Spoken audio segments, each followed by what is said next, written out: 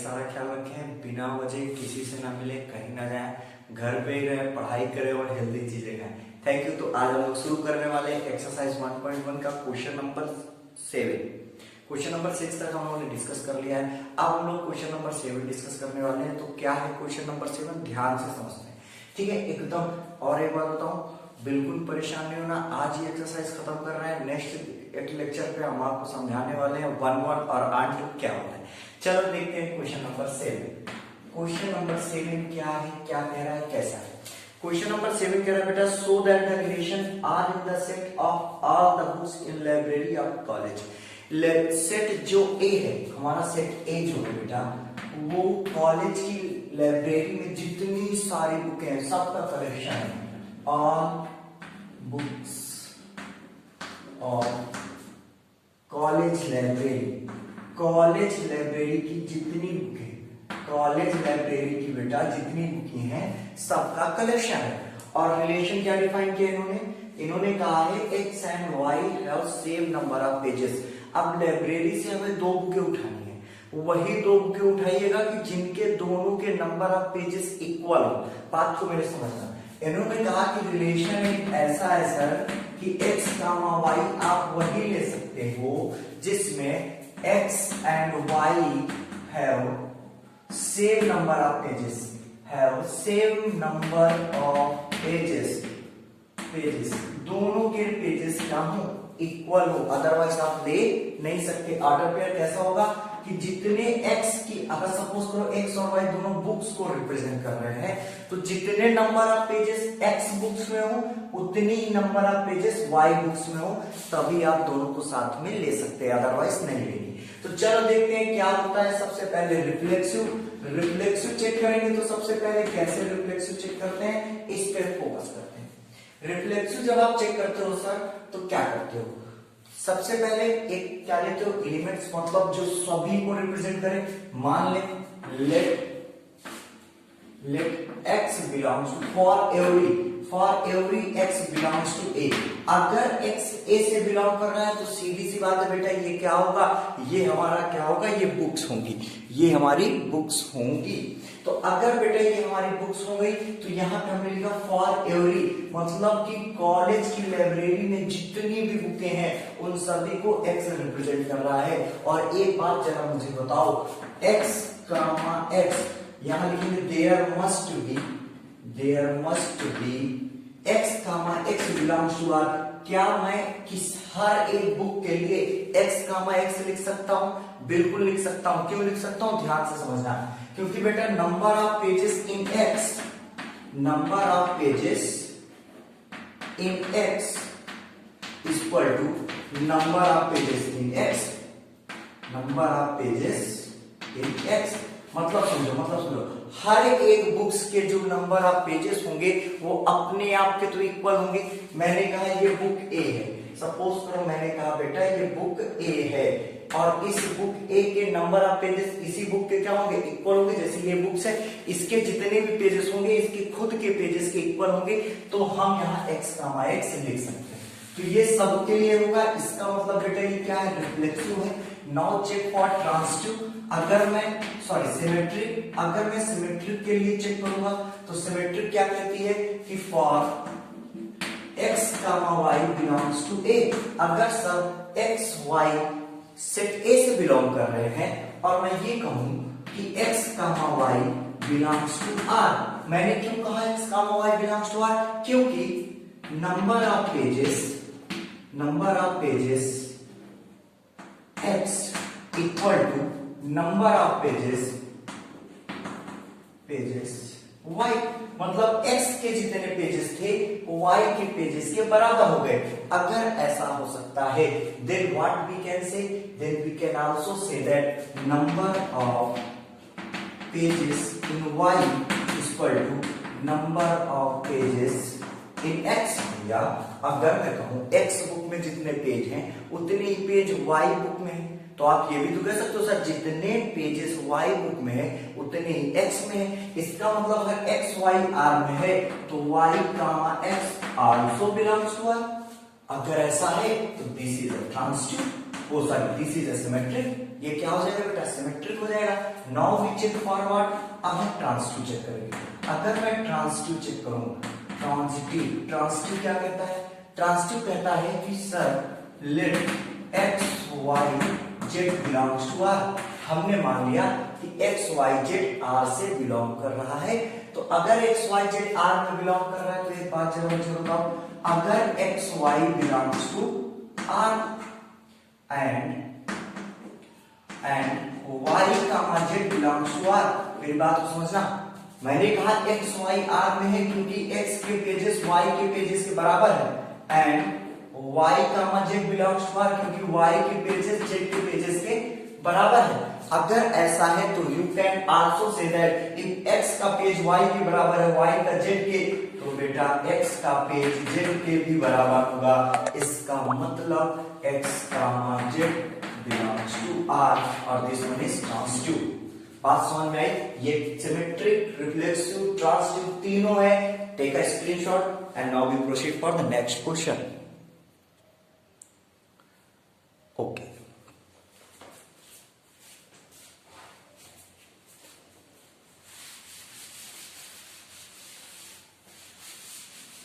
अगर हम next question की बात करें तो क्या होगा, सभी लोग ध्यान से बात को समझें।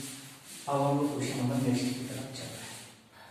अगर मैं नेक्स्ट क्वेश्चन की तरफ चलूं तो नेक्स्ट क्वेश्चन क्या कह रहा है, क्वेश्चन नंबर नेक्स्ट कह रहा है कि सो दैट, क्वेश्चन नंबर 8 की मैं बात करूंगा।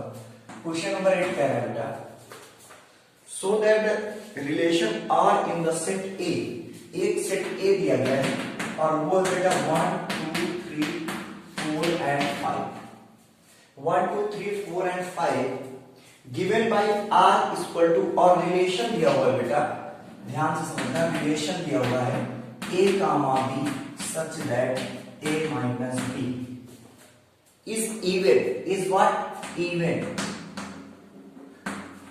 ये वीडियो मैं 2 बजे रात में शूट कर रहा हूँ, जान रहे, सारे दिन थोड़ी तबीयत नहीं सही थी, अभी नींद भी नहीं आ रही थी, मुझे तबीयत थोड़ी ठीक लगी, मुझे लगा बेस्ट टाइम है वीडियो शूट करने का, सही में अच्छा टाइम है। चलो a comma b such that mod of a minus b is even। now what a question, kya is an equivalence, we have to say prove that it is equivalence relation। कैसे equivalent relation है मैं बता रहा हूं आपको, ध्यान से मेरी बात को समझिए। सबसे पहले हम रिफ्लेक्सिव चेक करने वाले हैं। क्या चेक करने वाले हैं? रिफ्लेक्सिव। मैंने कहा फॉर एवरी, क्योंकि बेटा मुझे रिफ्लेक्सिव दिखाना है इसलिए मैं किसी एक को नहीं उठा रहा हूं, वरना मुझे हर पांचों के लिए दिखाना पड़ेगा, 1 2 3 4 5 सबके लिए दिखाना पड़ेगा, अननेसेसरी मेहनत होगी। हम क्या कर रहे हैं, फॉर एवरी एक्स, मैंने कहा ये x जो है वो सेट A से बिलोंग कर रहा है, मतलब x किसको किसको रिप्रेजेंट कर रहा है, x बेटा 1 2 3 4 5 सबको रिप्रेजेंट कर रहा है, ठीक है। For every x, x comma x belongs to r, मैंने कहा भैया हर एक x के लिए x comma x belongs to r होगा। आपने कहा ऐसे कैसे होगा सर, मैंने कहा थोड़ी देर रुको मैं बता रहा हूं कैसे होगा। इन्होंने कहा order pair a comma b ऐसा लेना कि अगर मैं a से b को सब्ट्रैक्ट कर दूं तो वो इवन आना चाहिए, इवन आना चाहिए। मैंने कहा x comma x belongs to r और mod of x minus x बराबर 0। अगर मैं किसी को खुद से घटा दूं तो 0 पावेगा, और 0 आएगा तो एक बात जरा मुझे बताओ, इट इज एन इवन। ये क्या है बेटा, even number, because x minus x equal to 0, it is an even. अगर ये इवन है we can say this one is reflexive. अगर रिफ्लेक्सिव सिमेट्री की बात करते हैं, मैंने कहा for x comma y belongs to, मैंने कहा सेट A के दो एलिमेंट्स मैंने x और y लिए हैं, और मैंने कहा मैंने उनको ऐसे रखा x comma y belongs to r में, इसलिए रख दिया क्योंकि जब मैं x से y को सब्ट्रैक्ट कर रहा था तो कोई नंबर आ रहा था, सपोज करो r आ रहा था, वो इवन था। मैंने क्या मान लिया, वो इवन था। अगर वो इवन था तो एक बात बताओ, इसका उल्टा y माइनस एक्स भी तो आ ही आएगा, चाहे तो चेक कर लो। मैंने कहा 3 माइनस 1 बराबर 2, और ये मॉड लगा दिया तो 1 माइनस 3 बराबर 2 हो गया। इज इट क्लियर ना? Then what about that, it will y comma x belongs to r। कर लो, ये भी सिमेट्रिक हो जाएगा। अगर ये सिमेट्रिक हो गया, now proceed for the transitive. अगर मैं ट्रांसिटिव चेक करता तो क्या होगा? अगर बेटा मैं ट्रांसिटिव चेक करूं तो क्या होगा? ट्रांसिटिव के लिए मैंने कहा sir X Y Z belongs to R. Okay, मैंने कहा X comma Y belongs to R and Y comma Z belongs to R. अगर आपने कहा सर अगर ये बिलोंग कर रहा होगा इसका मतलब एक्स माइनस वाई बराबर, सपोज करो कोई आर इवन आया होगा, इस पे इवन लिख दो, इक्वल टू कोई इवन आया एंड y में से अगर z को सब्ट्रैक्ट किया तो भी इवन नंबर आया, ऐसा ही तो कुछ था। अगर ऐसा कुछ था इसका मतलब x में से अगर मैं z को सब्ट्रैक्ट करूं, अगर मैं x में से z को सब्ट्रैक्ट करूं तो भी तो इवन आएगा। प्रूफ चेक कर लो, अगर मैं दोनों इक्वेशन को जोड़ दूं, इसको और इसको, तो y y कट जाएगा, x माइनस z आएगा और इवन इवन, दो इवन नंबर का सम इवन ही होता है, इसका मतलब also x minus Z equal to even. ये क्या होगा बेटा? Even, therefore x comma Z belongs to r। Check कर लो, ये रिफ्लेक्सिव, सिमेट्रिक और ट्रांसिटिव तीनों होगा। इतनी बात सबको समझ में आ रही बेटा? इतनी बात अगर समझ में आ रही तो स्क्रीनशॉट ले लो। सबसे पहले स्क्रीनशॉट ले लो फटाक से सभी लोग, और स्क्रीनशॉट लेने के बाद, स्क्रीनशॉट ले चुके हो आपको, अब मैं आगे प्रोसीड करूंगा, इसके आगे का क्वेश्चन समझाऊंगा। इसके आगे जो क्वेश्चन पूछा है उसमें पूछा है कि सो दैट, हमको दिखाना है कि element 1 3 5 are related to each other and all element are 2 4 are related to each other but no element of 1 3 5 related to any element of 2 4। भैया बहुत आसान सी बात बोल बैठा, एक तरह से कहें तो ये इन्होंने इक्विवेलेंस क्लास की बात कर दी। इक्विवेलेंस क्लास बताया है उन्होंने, कौन कौन सा क्लास बताया है? एक उन्होंने इक्विवेलेंस क्लास में बता दिया है बेटा, बात को ध्यान से समझ लेना, क्लियर हो जाएगा। एक इक्विवेलेंस क्लास में उन्होंने बताया कि ये सिमेट्रिक ट्रांसिटिव है। अच्छा बेटा दोस्तों ने तो कहोगे क्या होता है ये सर? चलो, इन्होंने कहा 1 3 5 so that they are related to each other. बिल्कुल रिलेटेड टू ईच अदर होंगे, किसी भी दो एलिमेंट्स को उठा लो, दोनों को सब्ट्रैक्ट करोगे तो इवन आएगा। यही तो रिलेशन है, यही तो रिलेशन। मतलब भैया 1 3 इक्वल टू 2, 1 5 4, 3 5 2, 5 3 2, मतलब they are related to each other। 2 and then for 1 5 1 5 4 5 1 4, also same for 3 5, मतलब ये शो कर देना। and then it say that 2 4 also related to each other। भैया बिल्कुल रिलेटेड टू ईच अदर, क्योंकि दोनों को सब्ट्रैक्ट करने पे इवन आ रहा है, लेकिन they are not related to each other. Each other का मतलब है इससे इससे। कैसे नहीं रिलेटेड? चेक कर लो भैया, इनमें का कोई एक एलिमेंट उठाओ, इनमें का कोई एक एलिमेंट उठाओ और दोनों को सब्ट्रैक्ट करो, कभी इवन नहीं आएगा। दो, एक ऑड और एक इवन का सब्ट्रैक्शन पूरी जिंदगी इवन नहीं हो सकता। बात समझ में आ रही? इसका मतलब they are not related to each other, यही बात शो करने की बात।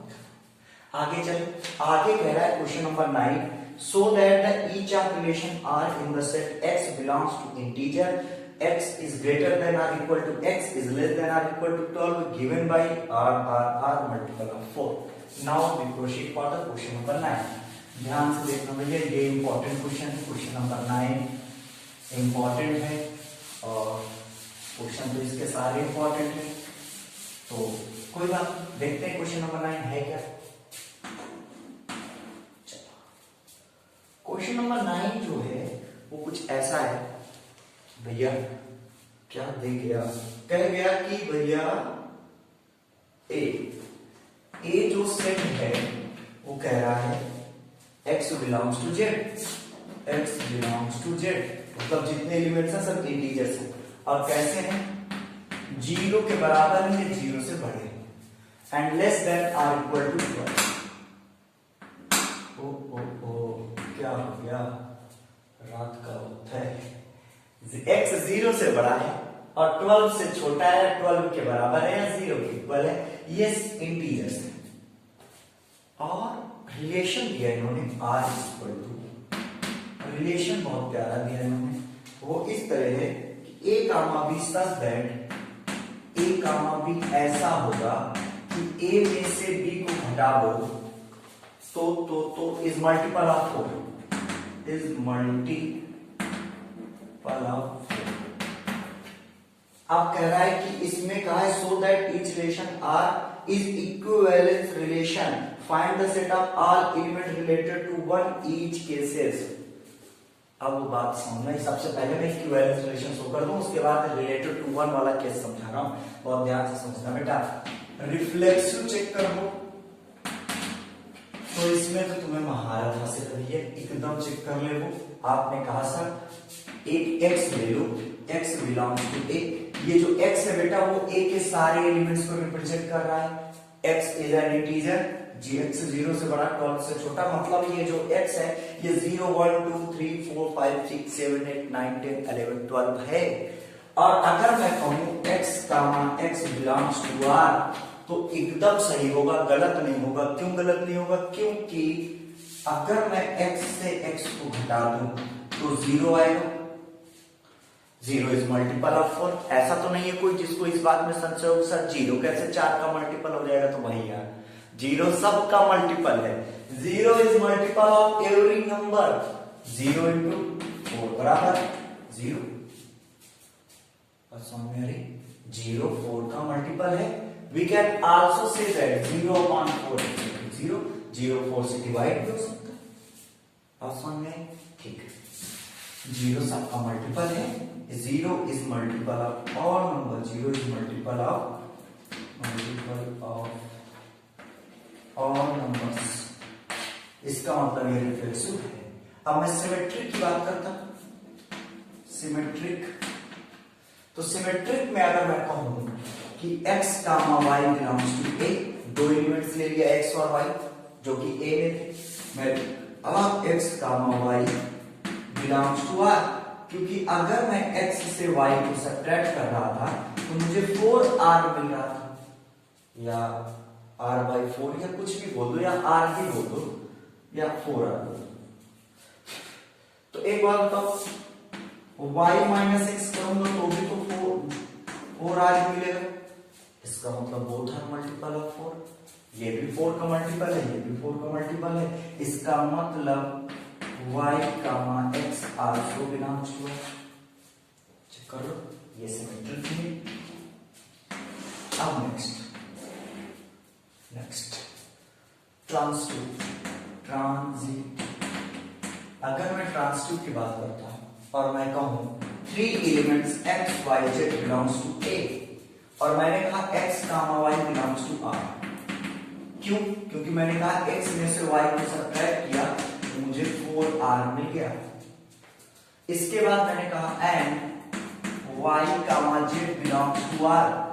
आपने कहा क्यों सर? मैंने कहा बेटा y में से z सब्ट्रैक्ट किया तो मुझको 4p मिल गया। तो आपने कहा sir what about x comma z? तो मैंने कहा बेटा अगर दोनों को ऐड कर दें तो x माइनस जेड मिलेगा, क्योंकि y कट जाएगा, x माइनस जेड और 4 कॉमन ले लो r प्लस p। चेक करो ना, 4r प्लस 4p आता, दोनों में 4 कॉमन ले लिया, r 4 कॉमन देखो, also it is a multiple of 4। इसका मतलब x comma z belongs to r, ये ट्रांजिटिव भी है। इतनी बात तो प्रूव हो गई भैया कि ये रिफ्लेक्सिव है, सिमेट्रिक है और ट्रांजिटिव है। अगर ऐसा है तो स्क्रीनशॉट ले लो, स्क्रीनशॉट ले लोगे तो मैं आगे चलूंगा, और आगे चल के मैं बता रहा हूं आपको कि क्या कहा है इन्होंने, कि कहा गया ये इन्होंने कहा find the set of all elements related to one in each cases, मतलब वन से रिलेटेड हो हर एक केस में। तो ध्यान से देखना, स्क्रीनशॉट ले लियो तो मैं आगे चलूंगा। अब देखो ये भैया इक्विवेलेंस क्लास की बात कर बैठा, बात चाहे सीधी कहे चाहे उल्टी कहे, बात इक्विवेलेंस क्लास की कहा है। उसने कहा सेट ए बराबर हमारे कौन कौन से एलिमेंट हैं, 0 1 2 3 4 5 6 7 8 9 10 11 और 12। अब 1 के द्वारा हमने क्या किया था, इक्विवेलेंस क्लास क्या होता था, equivalence relation divide the set in several subsets, और जो जिसके हर एक एलिमेंट्स खुद से रिलेटेड होते हैं, इसमें मुझे 1 को कंसीडर करना है। तो अगर मैंने 1 को लिया, इसमें सबको नहीं चेक करना कितने सेवरल सेट्स बने, केवल वही सेट सबसेट्स आपको पकड़ना है जिसमें 1, तो 1 वाला सबसेट्स क्या होगा, A1 इक्वल टू 1 से किसका किसका रिलेशन है, तो आप कहोगे सर कैसा रिलेशन, मतलब 1 से क्या क्या घटा दें कि 4 का मल्टीपल आ जाए। 1 से 0 घटाओगे कुछ नहीं, मतलब 1 से 2 घटाओगे नहीं, 3 नहीं, 4 नहीं, 5, 1 में से 5 को घटा दो 4 आ जाएगा, 4 इज मल्टीपल ऑफ 4। 1 से मैं किसको सब्ट्रैक्ट कर सकता हूं, 1 से मैं सब्ट्रैक्ट कर दूं 9 को, तो 9 भी लिख दूं, 1 से मैं 9 को भी सब्ट्रैक्ट कर सकता हूं। भैया चेक करो, 1 में से 9 जाएगा तो क्या आएगा, 8 आएगा, 8 is multiple of 4। And now we can check for, और किसी को नहीं कर सकता, और किसी को नहीं कर सकता, इसका मतलब 1 से रिलेटेड क्या हो जाएंगे, 5 एंड 9 और रिलेटेड टू 1 और समझ गए, equal subsets set containing 1 equivalence class containing 1, we can also say that this। आप समझ में आ गई हो तो फटाक से स्क्रीनशॉट ले लो। अब हम लोग चलते हैं नेक्स्ट क्वेश्चन की तरफ।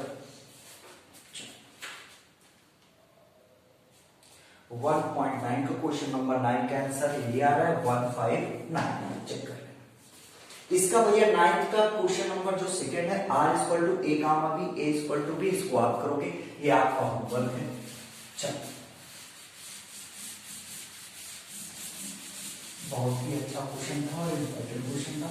Now we proceed for the question number 10 and the remaining, how many questions are remaining, 16 question in that exercise.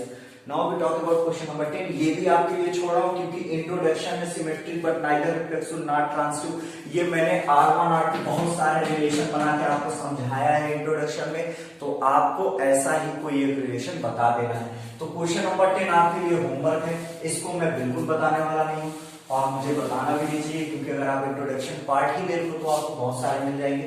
Question number 11 कह रहा है सो दैट, क्वेश्चन नंबर 11 बता रहा हूं, so that the relation R in the set of A point in plane given by, set A जो है points in a plane, set A जो है बेटा, क्वेश्चन नंबर 11 की मैं बात करूं, सेट ए जो है वो points in a plane, points in a plane. अगर मैं इस बोर्ड की बात करूं, इस बोर्ड में जितने पॉइंट्स पॉसिबल हैं सभी का सेट कह रहा है कि so that relation R in the set A of point in a plane given by relation R दिया हुआ है, कह रहा है पी कामा क्यू, रिलेशन बहुत अच्छा दिया है, रिलेशन दिया है पी कामा क्यू, और पी कामा क्यू रिलेशन ऐसा दिया है बेटा, इन्होंने कहा है पी एंड क्यू, इन्होंने कहा P and distance of the point P from the origin is same as the distance of the Q from the origin. Distance of P from origin is equal to distance of Q from origin। बात को समझो, इन्होंने कहा आप P और Q वही ले सकते हैं बेटा, अगर मैं कहूं ये पॉइंट से P और ये पॉइंट से Q, अगर इस दो इसकी ओरिजिन से डिस्टेंस इस पॉइंट्स के इक्वल है, मान लो ये पॉइंट्स R है, इसकी भी ओरिजिन से डिस्टेंस इक्वल है, तो आप P कामा R ले लो, मतलब अगर ये 2 सेंटीमीटर है, ये भी 2 सेंटीमीटर है, तो P कामा R ले लो, ये भी 2 सेंटीमीटर है, तो P कामा Q चाहे R कामा Q या Q कामा R ले सकते हो। बात समझ में? चल, अगर ये बात समझ में आई तो रिफ्लेक्सिव चेक करना होता, तो एक बात जरा मुझे बताओ, रिफ्लेक्सिव का क्या होता है, खुद से खुद का रिफ्लेक्शन देखते हैं हम लोग। अगर मैं खुद से खुद का रिफ्लेक्शन लूं, मैं कहूं for every x belongs to A, मैंने कहा जो x है बेटा वो point in a plane, x जो है इस पूरे बोर्ड में या पूरे प्लेन में जितने पॉइंट्स हैं सबको रिप्रेजेंट कर रहा है। तो एक बात बताओ, x comma x belongs to r होगा कि नहीं? बिल्कुल होगा, क्योंकि हर एक पॉइंट्स का डिस्टेंस से जो ओरिजिन से जो डिस्टेंस होगी वो इक्वल होगी हर एक पॉइंट के लिए। मतलब अगर मैं कहूं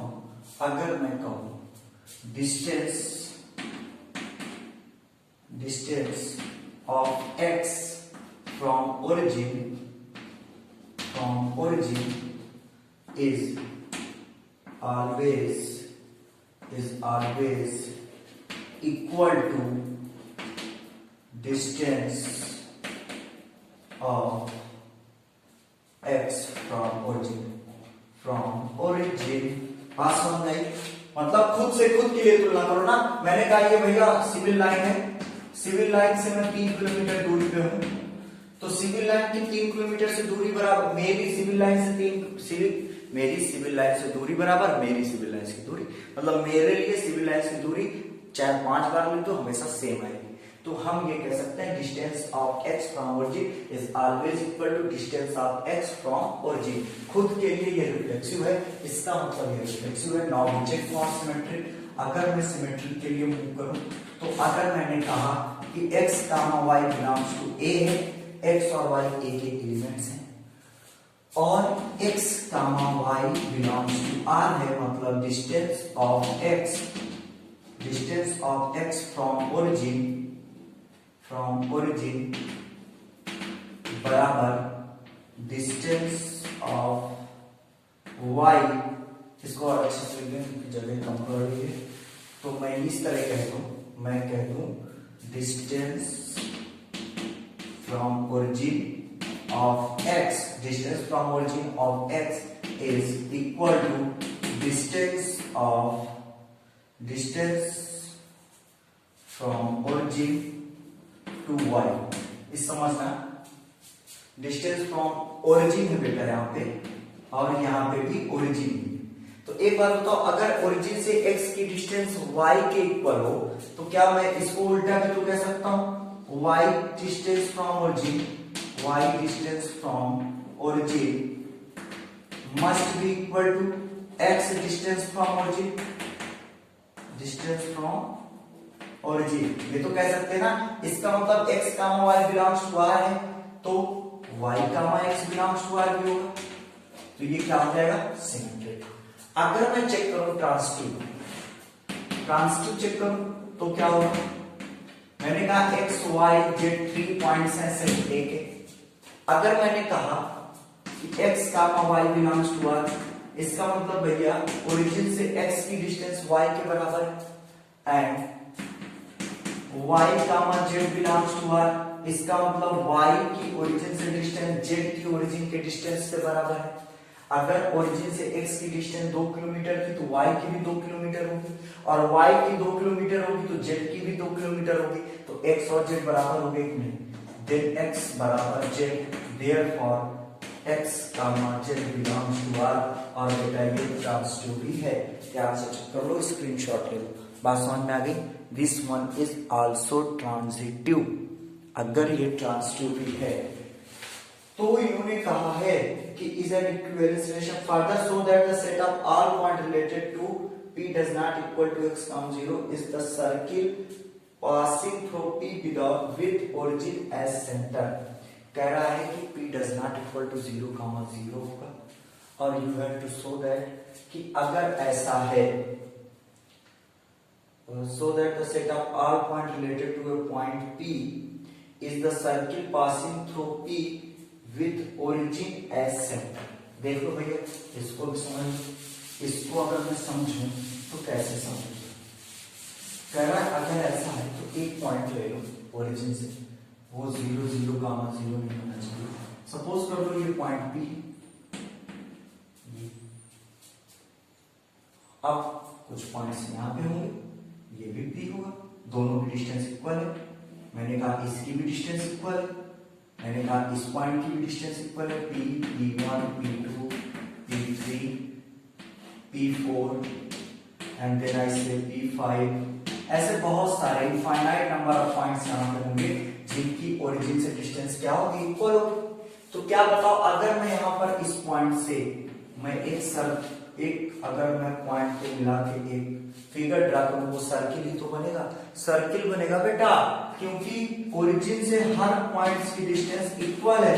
इसका मतलब it behave like a radius, और जब रेडियस की तरह बिहेव करेगा और ये फिक्स पॉइंट सेंटर की तरह बिहेव कर रहा है ओरिजिन, इसका मतलब it can form a circle. Is it clear? Now we proceed for the next question. Is 12. Question number 12. अब अगर मैं क्वेश्चन नंबर 12 की बात करूं तो क्वेश्चन नंबर 12 कह रहा है, so that the right angle triangle T1 T2, T1 is similar to T2, बेटा एकदम इजी है, सेट A है जो कि पॉइंट कहां गया, set A, all triangles, set of all triangles, A all triangles का सेट है। रिलेशन R जो है वो कह रहा है T1 और T2 वही लेंगे जो कि T1 is similar to T2। एक बात बताओ, रिफ्लेक्सिव है, क्यों है? क्योंकि इसको ध्यान से, बहुत इजी है, इसको जल्दी खत्म कर दो। चलो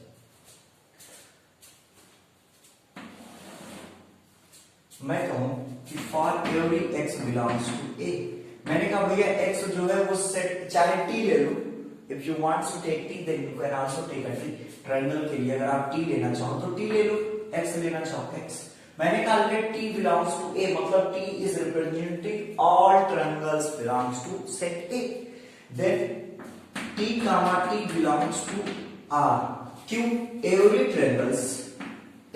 ट्रायंगल, हर एक triangle, every triangle is similar to itself. भैया हर एक ट्रायंगल अपने आप के सिमिलर होता है, T is similar to T, इसका मतलब we can say it is reflexive. अगर मैं सिमेट्रिक कहूं, फीवर होने की वजह से वीकनेस किया है, वरना 3-3 घंटे क्लास में कोई दिक्कत नहीं होती, अभी 40 मिनट में एकदम सांस से फूल ले। अगर मैं सिमेट्री की बात करूं तो कहूं T1 and T2 belongs to set A, और मैंने कहा T1 comma T2 belongs to R, मतलब T1 और T2 R में है, तो आपने जरूर कहा होगा सर T1 जो होगा वो T2 के सिमिलर होगा तभी R में है। तो अगर मैं कह दूं कि T1 T2 के सिमिलर है तो T2 भी तो T1 के सिमिलर है बेटा, T2 also similar to T1, इसका मतलब T2 comma T1 belongs to R। Symmetric है, सिमेट्रिक भी है। Now we check for transitive. Transitive कहां गए तुम? चलो ट्रांजिटिव कह रहा हूं T1 T2 और T3 बिलोंग्स टू A है, मतलब A में 3 एलिमेंट, तीनों ट्रायंगल्स हैं। मैंने कहा T1 comma T2 belongs to R and T2 comma T3 belongs to R। मैंने कहा T1 similar to T2 and T2 similar to T3, ये सब सिमिलर है भैया।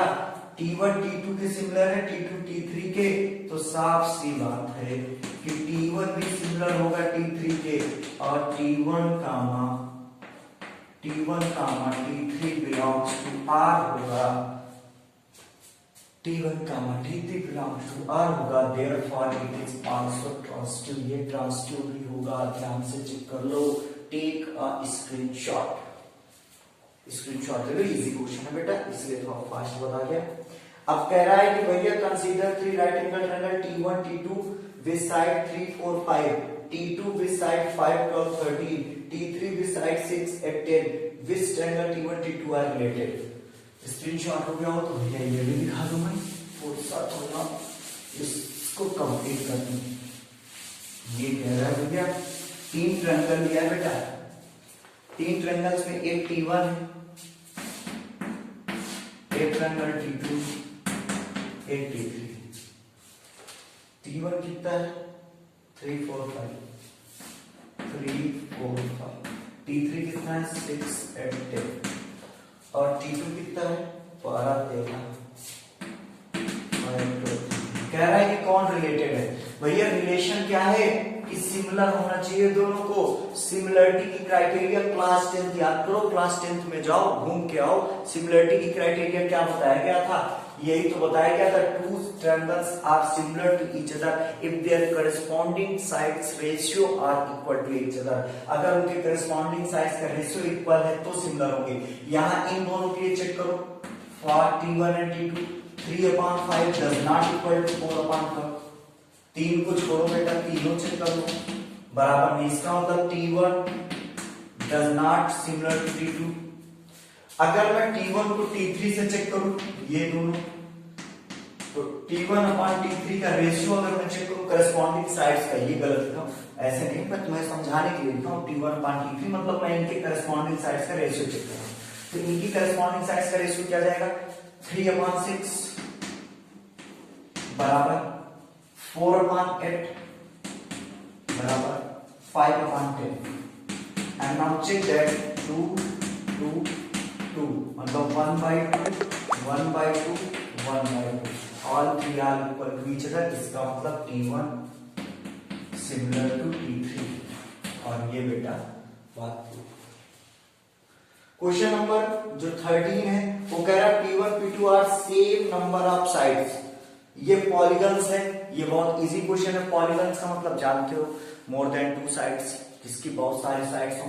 कह रहा है कि P1 एंड P2, इसको आप, ये कौन सा क्वेश्चन में बता रहा था, ये मैं आपको क्वेश्चन नंबर 12 बता रहा था, ये 12 क्वेश्चन नंबर था, स्क्रीनशॉट ले लियो। तो अब हम क्वेश्चन नंबर 13 डिस्कस करेंगे। क्वेश्चन नंबर 13 आपके लिए होमवर्क छोड़ूंगा, मैं बिल्कुल नहीं बताऊंगा, बहुत इजी है। पॉलीगन्स की बात कर रहा है बेटा, पॉलीगन्स इनकी 2 से ज्यादा साइड्स होंगी। आर P1 P2, आप P1 एंड P2 है the same number of sides, तो भैया ये रिफ्लेक्सिव भी होगा, क्योंकि सबकी साइड, मैंने कहा कि भाई हर एक इंसान, उन इंसानों का कलेक्शन जिनके 2 हाथ होते हैं, तो मैंने कहा कि किसी एक इंसान को ले लिया, तो हर इंसान के हाथों की संख्या उसके आप से तो बराबर होगी। अगर मैं पॉलीगन्स में सपोज करो ये ले लूं, तो इसकी जितनी साइड्स है इसके खुद की साइड्स के बराबर होगी, तो भैया हर एक पॉलीगन्स की साइड्स उसके खुद की साइड्स की इक्वल होगी। Every polygon bears a same equal sides. So every polygon bears a equal sides with comparing itself. अगर मैं खुद से उनका कंपेयर करूं तो वो हर एक पॉलीगन सेम साइड्स बियर करता है। और रिफ्लेक्सिव की बात, सिमेट्री की बात करूं, अगर P1 P2 दो हैं, अगर जितनी P की साइड्स है उतनी P2 की हो जाए, तो जितनी P2 की होगी उतनी P1 की हो जाएगी। तो ये कर होगा हम लोग। अब मैं बात कर रहा हूं, what is set of all elements A related to right angle triangle T this side 3 4 5, ये भी सेम उसी तरह कर लोगे। तो क्वेश्चन नंबर 14 में बता दूं, L1 is parallel to L2। ये तो मैं इंट्रोडक्शन में ये क्वेश्चन बता चुका हूं। क्वेश्चन नंबर 14 मैंने इंट्रोडक्शन में बताया है, आप इंट्रोडक्शन में चले जाओ। रिलेशन है L1 पैरेलल टू L2, इसको मैंने इंट्रोडक्शन में बताया है। क्या बताया था, रिलेशन R दिया हुआ है, कह रहा है कि L1 L2 ऐसा होगा such that L1 parallel to L2। Reflexive भी था ये रिफ्लेक्सिव भी था, क्योंकि for every L belongs to A, मान लो L हर एक लाइन को रिप्रेजेंट कर रही है, तो मैंने कहा था L बिलोंग्स टू R, क्योंकि every lines are parallel to each other नहीं, itself every line is parallel to itself। हर एक लाइन अपने आप की पैरेलल होती है। फिर मैंने कहा था कि अगर L1 L2 दो लाइन A में हो और मैं ये कह दूं कि L1 L2 belongs to R, L1 parallel to L2 है, तो भैया L2 से कहा दुश्मनी, ये भी तो L1 के पैरेलल होगी, तो L2 बिलोंग्स टू R। ये बेटा सिमेट्रिक भी है। और ट्रांसिटिव की बात करूं तो L1 L2 अगर है और L2 L3 है, तो L1 L3 भी होगा। अरे यार ऐसे समझो ना, अगर L1 L2 के पैरेलल है, अगर मैं कहूं L1 L2 के पैरेलल है और L2 L3 के पैरेलल है, तो कुछ ऐसा होगा, ये L1 L2 के पैरेलल था, L2 L3 के पैरेलल होगा, तो ये भी इसके पैरेलल है। ओके, अब भैया 15 और ये ऑब्जेक्टिव है, इजी क्वेश्चन से कर लेंगे। इस तरह से एक्सरसाइज 1.1 आज खत्म हुई। अब हम लोग चलेंगे फंक्शंस की तरफ। नेक्स्ट एक्सरसाइज का इंट्रोडक्शन वीडियो आएगा। थैंक यू, इसको करते हैं complete. And now we proceed for the next exercise 1.2 and first we take a lecture on the basic concept, then we solve the exercise.